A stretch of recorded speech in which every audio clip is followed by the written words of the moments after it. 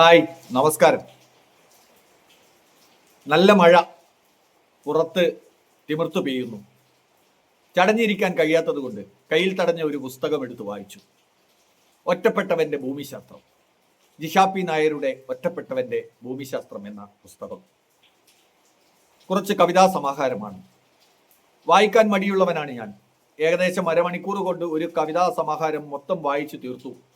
അത് ഒരു ലോക റെക്കോർഡൊക്കെ കിട്ടേണ്ട അവസ്ഥയാണ്. 50ഓളം കവിതകൾ അരമണിക്കൂർ കൊണ്ട് വായിച്ചു തീർത്തു.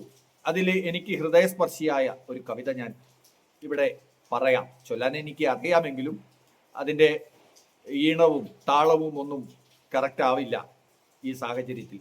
അതുകൊണ്ട് ഒന്ന് വായിച്ചു പോവാം. നാളെ നശിച്ചു മണ്ണടിയുന്ന ശരീരമാണ് നിനക്കാവശ്യമെങ്കിൽ അവൾ തേടുന്നത് അനശ്വരമായ ആത്മാവിനെയാണ്.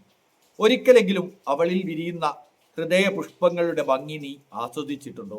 ആത്മാവിന്റെ രോദനം നീ കേട്ടിട്ടുണ്ടോ? നീ വളർന്നിട്ടില്ല അവളുടെ ആത്മാവിനോളം. നിനക്ക് കേൾക്കാൻ കഴിയില്ല അവളിലെ ആത്മരോദനം.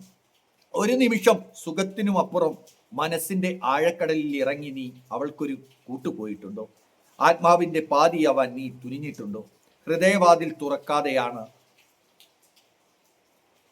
നീ അവളെ ഉണർത്തിയത്. നാളെ ജീർണിച്ചു പുഴുവാകുന്നതെന്തോ അതിനെയാണ് നീ പ്രണയിച്ചത്. ചെറു നിമിഷങ്ങൾക്ക് വേണ്ടി അവളുടെ ഹൃദയവാതിൽ നീ തള്ളിയാൽ തുറക്കില്ല. അത്രയും കഠിനമാണിവിടം. നിനക്ക് പ്രണയിക്കാൻ നിർവാഹമില്ല. അത്രയും പരിശുദ്ധമാണിവിടം. എത്ര മനോഹരമായ വരികൾ അല്ലേ? വളരെ ഹൃദയസ്പർശിയായ വരികളാണ്. ഇത്തരം വരികളാണ് എന്നെ ഈ പുസ്തകം വായിച്ചു തീർക്കാൻ സന്നദ്ധമാക്കിയത്.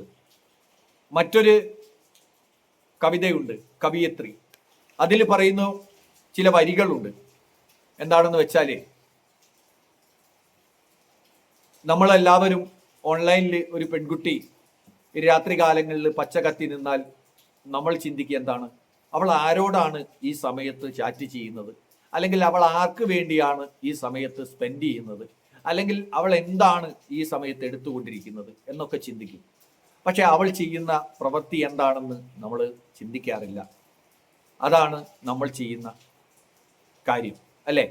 ആ സമയത്ത് നമ്മളെല്ലാവരും ഓൺലൈനിലെ ആങ്ങളമാരാവും.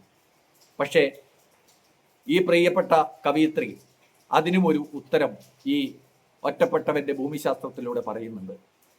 ഇതൊരു പബ്ലിസിറ്റിക്ക് വേണ്ടി പറയുകയല്ല. പ്രിയപ്പെട്ടവരെ, നിങ്ങളെല്ലാവരും ഈ പുസ്തകം വാങ്ങി വായിക്കണം. കാരണം ഈ പുസ്തകത്തിൽ ചിലതെല്ലാം കുറിച്ചു വെച്ചിട്ടുണ്ട്. ജീവിതത്തിൻ്റെ പല മേഖലകളിലുണ്ടാകുന്ന നനുത്ത അനുഭവങ്ങളുടെ ചില തിരിശേഷിപ്പുകളാണ് ഈ പുസ്തകം. എല്ലാവരും വായിക്കുക. സ്നേഹത്തോടെ, അരുൺ കാലിക്കറ്റ്.